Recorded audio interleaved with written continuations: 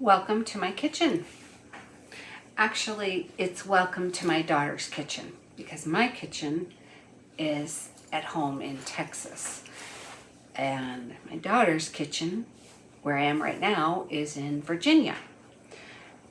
I'm about to make a baked giant blueberry pancake that I've been hearing a lot about the last few days, and I decided that it sounds really good and I'm going to make it for myself. So it is going to be mixed up in a blender and baked in a 9x13 dish. I'm going to put up a screenshot so you can see where I got the recipe from. It comes from the Trim Healthy Mama Facebook fan page. It is a public-facing recipe, and I have saved it to my plan to eat, but I will make sure that you have all of the recipe information in the description box down below this video. So you can open up, I think it says more or something, you can click on that and it'll open it up. All the information you need for the recipe, the link to the original post on the Facebook fan page is there. I'll link my plan to eat recipe. I'll put the ingredients there, so you'll have all the information you need. It is a gluten-free recipe. I'm making it with oatmeal. I'm going to grind oatmeal in the blender, and then I'm going to put in egg whites. This gives it a good bunch of protein. I'm also going to put in cottage cheese. This is a low-fat cultured cottage cheese. Now with the heat, the culture is going to be killed, the baking heat, but this is good protein as well. And I'm going to sweeten it with allulose. This is my favorite sweetener that is the most tasting and acting like sugar.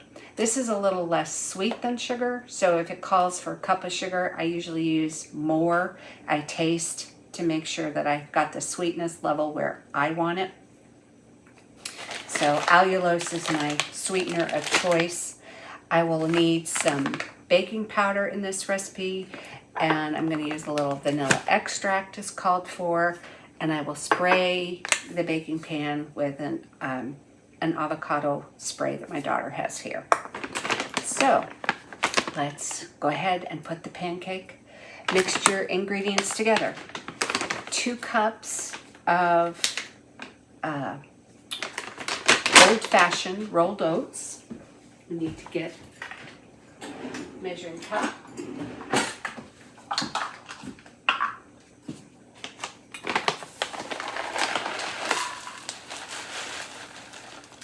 This recipe has been talked about a couple of times on a Marco Polo group that I am, one of the Marco Polo groups that I'm a part of. And years ago, when I was meeting with a bunch of women at my local Whole Foods, we Trim Healthy Mamas gathered to meet upstairs in the open area of Whole Foods. And one of the ladies, she talked about this being one of her favorite go-to breakfast foods because it was easy. She could make it, and then she had a bunch of breakfast servings later on. So the 2 cups of the rolled oats, it says put the oats in the blender and blend until they turn to powder. So that's what we're going to do here. Oh, I need the lid.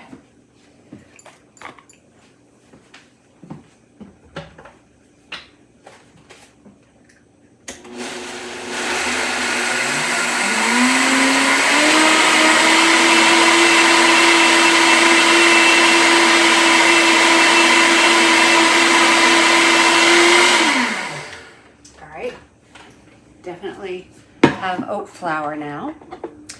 And then it says turn off the blender and add the cottage cheese, egg whites, and sweetener and vanilla, baking powder, blend again. Then it's going to go into the pan and I'm going to add the strawberries. It says put the strawberries in here and stir. That doesn't make sense to me. So I'm doing it the way that I think it makes sense. This is going to take the entire tub of cottage cheese because it calls for 2 cups, and there's 4 half-cup servings in here. So this goes in. And then the egg whites go in. It's a 2-cup container of egg whites, so no measuring here either. Just dump that in. And then it calls for a different sweetener than I have. So I'm gonna kind of mentally calculate what I think is equivalent in allulose. Calls for 6 teaspoons of the THM Super Sweet blend, but I don't have that. It is a super sweet blend. So I'm thinking that 6 teaspoons, well, probably I'm gonna do about 6 tablespoons of the allulose, but I'm gonna start with a few, blend and taste and see what I think. So let me get the tablespoon measure.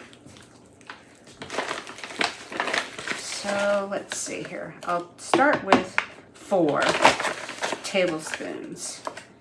2, 3, 4. After I blend it and taste it, I'll be able to know whether I should add more or not. It calls for 2 teaspoons of vanilla extract. So I'm going to dump that in. And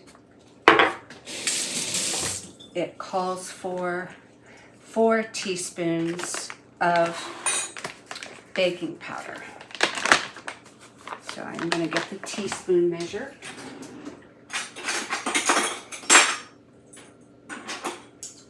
Do I have, oh, what did I use if I didn't use a tablespoon?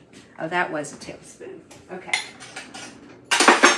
Just a different measure spoon. All right, so 4 teaspoons of the baking powder. 1, 2, 3, 4. I'll set this aside here. And so oats, cottage cheese, egg whites, a sweetener, vanilla extract, baking powder, blend. Here we go.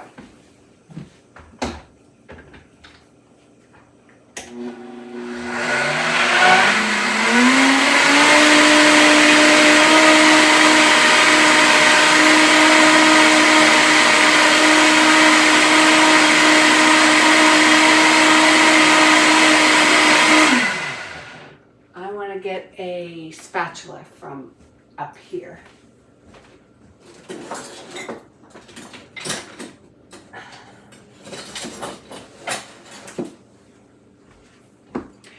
I'm just going to scrape down the sides of the blender a little bit.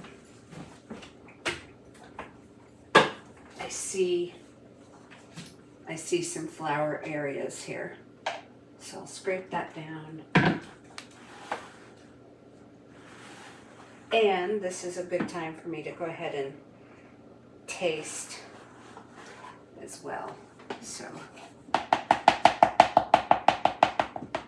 let's set that off here.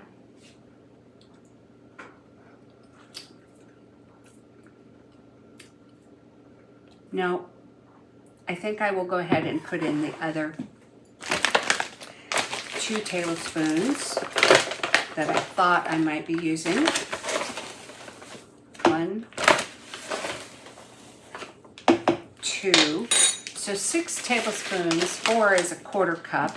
So it's sort of like I'm using 1/3 of a cup of allulose. I think that's about what that measures out to be. Let's blend this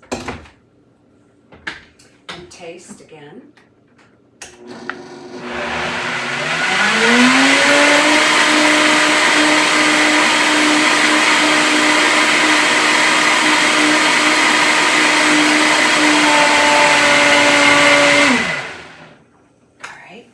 Taste again. If it's not sweet enough, I'll just use more.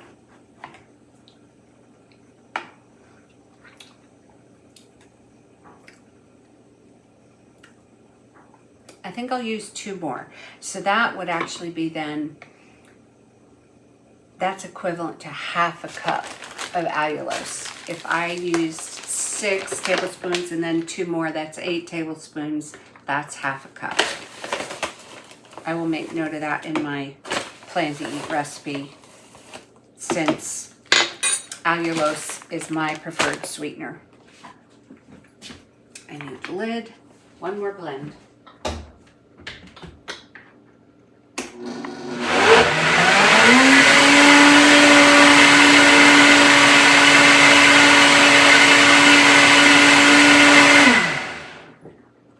Okay, now I need to spray the pan. And when I was teaching the children to cook, I told them spray over the sink so that I don't end up with spray onto my floor and break my neck because I slip on the floor, not knowing that somebody has sprayed something slippery. So I'm going to do this over the sink here.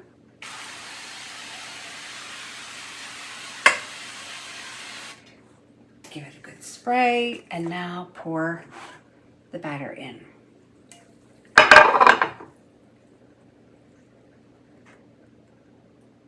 Now this doesn't have to be a blueberry pancake. I could use some grated apples, or I could use some chopped up fresh strawberries, or other fruit. What other fruit would I use?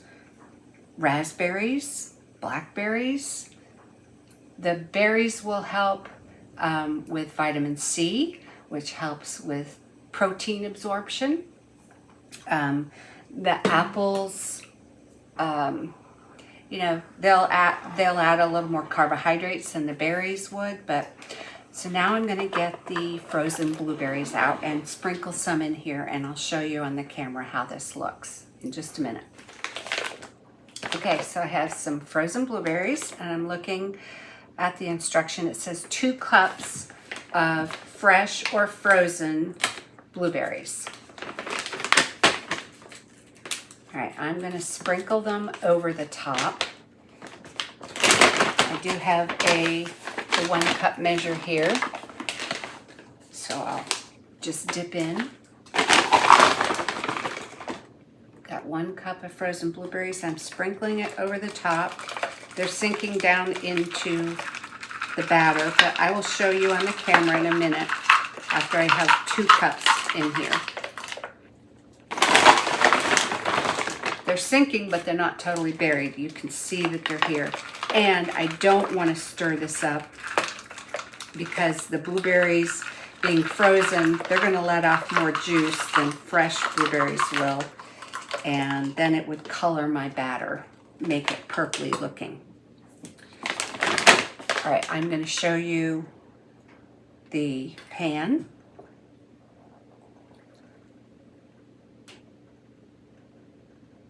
So I have a pan full of batter with blueberries sprinkled over it. And you know what? I think a nice addition would be a sprinkling of cinnamon too. So I'm going to get that.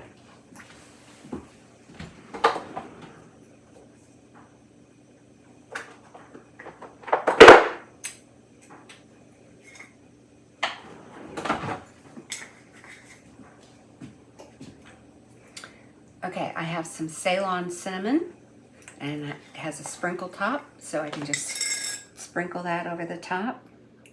A little bit of dusting. And now I'll lift that up and show it to you. I don't know how much, if you can see on there. So this is now going in the oven, and I will show you what it looks like when it's finished baking. It's in the oven now. I set my timer for 30 minutes. It says to bake it for 35, but I'm going to check it in 30 minutes and see how it looks, and then I'll determine how much time, if I want to add more time or if it's done at 30, because every oven bakes differently, and this is my daughter's oven, not mine in Texas. The 30-minute timer just went off and the dish is looking anemic, definitely not done in 30 minutes. So I'm guessing it's going to take another 10 minutes. So I set the timer for another 10 minutes. That 10 minutes is up. Now I'm going to check it again, and this time I'll just leave the camera on. Let me tilt the camera down a little bit to see if it can catch the stove inside the oven. Okay, and so I'm going to check on it now, see how it looks. It's browned more, and it's firmed up, puffed up. I think I can call it done because of the way, well, let me check. No, the center is still kind of soupy. So what I'm going to do, because I don't want it to brown too much, I'm going to cover it with a little bit of aluminum foil over the top to keep it from over browning, but still to let it bake. Whoops, that's not where the aluminum foil is. Just a second.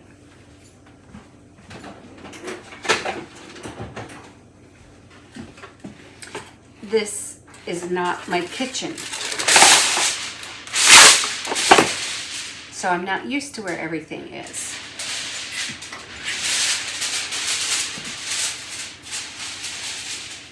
Try to lay that over the top and secure it a little bit.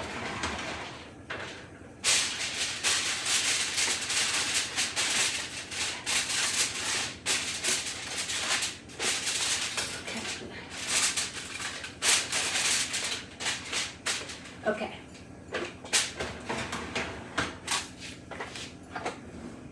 Let's push it back more.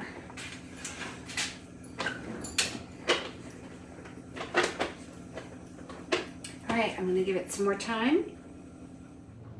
All right, the timer's up, so it's actually baked now for, let's see, 30, 40, 50 minutes. Close to 50 minutes if I have my timing right, because I set it for 30. I checked it at 30, it wasn't done. I set it for another 10 minutes. It was browning, but it was still feeling liquidy on the inside. And so another 10 minutes. So yes, 50 minutes. Okay, I'm checking it now. I'm pretty sure it's done. I can smell it, and that's a sign that a baked good is finished. I'm confident enough in pulling it out. And I check it from up here. And it is risen, so that's another sign that it's baked inside. And it feels much better on the middle.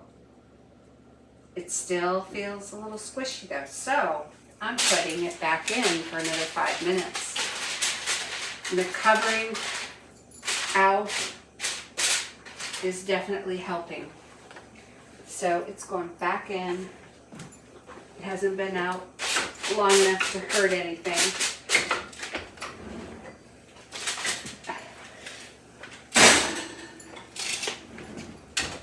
Okay, I'm giving it another 10 minutes. Yep. Okay, it's definitely done. It's baked for a solid hour.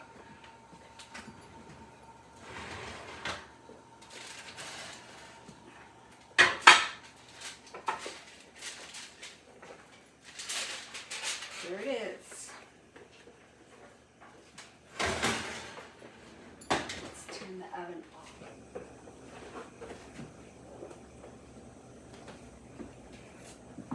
Okay, there it is. Now I'm going to serve up a piece, hot, piping hot, and I'm going to enjoy the giant baked blueberry pancake.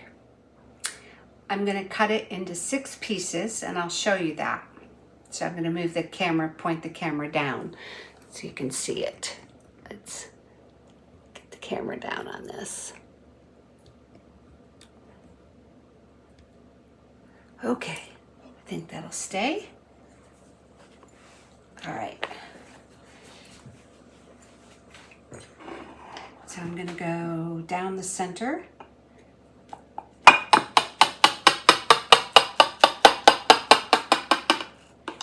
And then I'm going to cut the rest of it into thirds. So I think that's about right. Let's see. Nope, a little bit more. A little bit more there, and about there. So 6 giant pieces.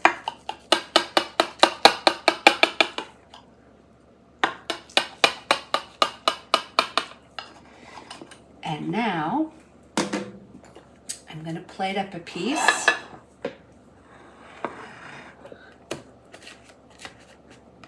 See how this does.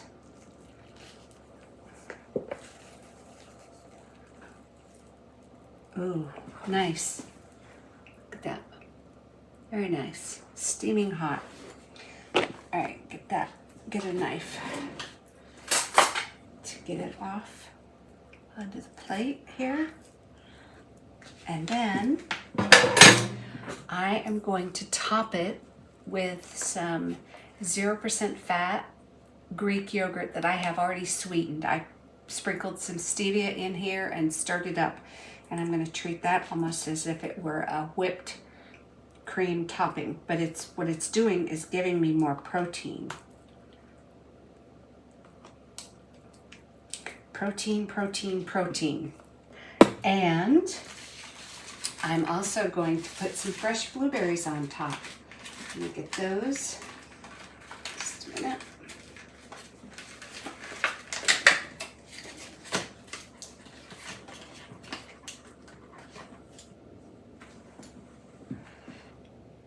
All right, I have a bunch of fresh blueberries just to make it look a little extra special. I like to serve myself